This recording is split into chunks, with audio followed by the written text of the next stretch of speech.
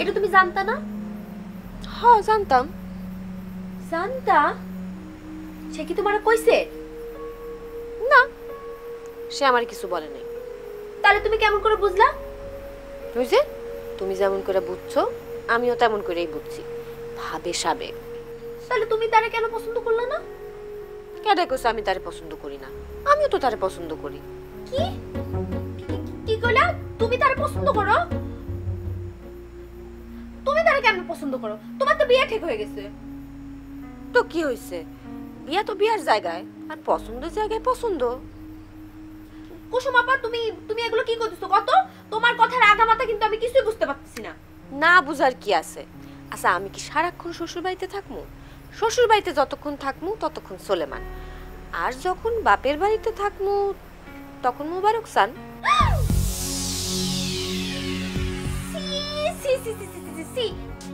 তুমি যে এত খারাপ মানুষ এটা তো আগে বুঝি নাই। তোমার সাথে কথা বলা পাপ।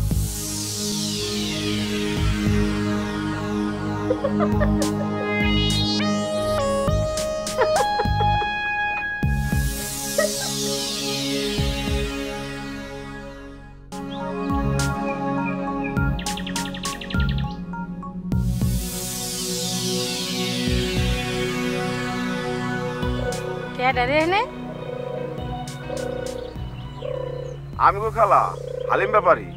ও শুনলাম সলেমানের নাকি বিয়া ঠিক হইছে। অগো খালা। আলহামদুলিল্লাহ। মায়া কোন গ্রামে? পাশের গ্রামের জয়নালের মায়া। মায়া দেখতে কেমন? মাশাআল্লাহ অনেক সুন্দর, এবারে এসএসসি পাস করছে। বাহ, তাইলে ছেলেরে দিতেছে কি? দিব, কিছু না কিছু তো দিবই। কও কি কথা কইল লয়? না না না না, এই ভুল করো না।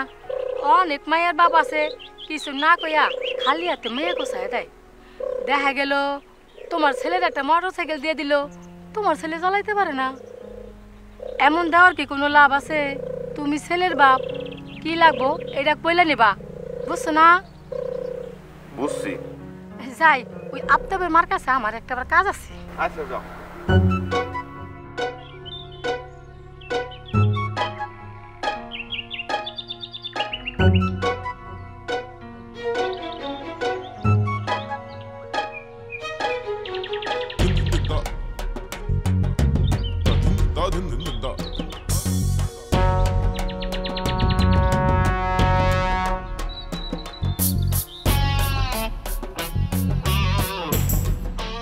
কলি, কি অবস্থা, কি তোমার খবর কি?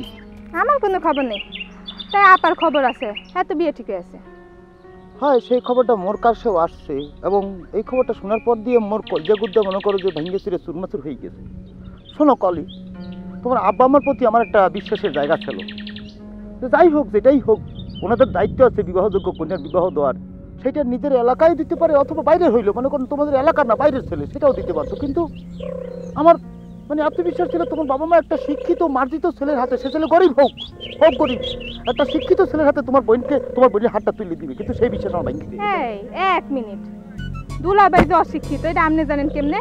এটা আমি বুঝতে নিচ্ছি, এবং আমি বুঝতে নিচ্ছি সে আমার মতো শিক্ষিত না।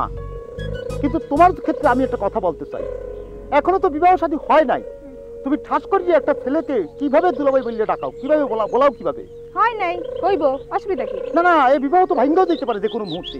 ভাঙ্গে তুমি যে দুলাভাই বলে বলেইতেছো, মাইন্ডে শুনলে তো তুমি অন্য জিনিস হয়ে যাবে, জিনিসটা খারাপ দেখাবে না। হঠাৎ করে বিবাহ ভাঙ্গে গেছে, তুমি তাকে দুলাভাই বলে ফেলেছো, এটা কি ঠিক? হ্যাঁ স্যার, আমি যাই। এই শুনো কলি, কলি কি একটা মাত্র হবু শালী ছিল আমার, সেও আমার সাথে বেট্রে করছে। কলি, কত চকলেট নজর কিনে খাওয়াইছি, সেগুলোর প্রতিটা খেয়াল করলো না।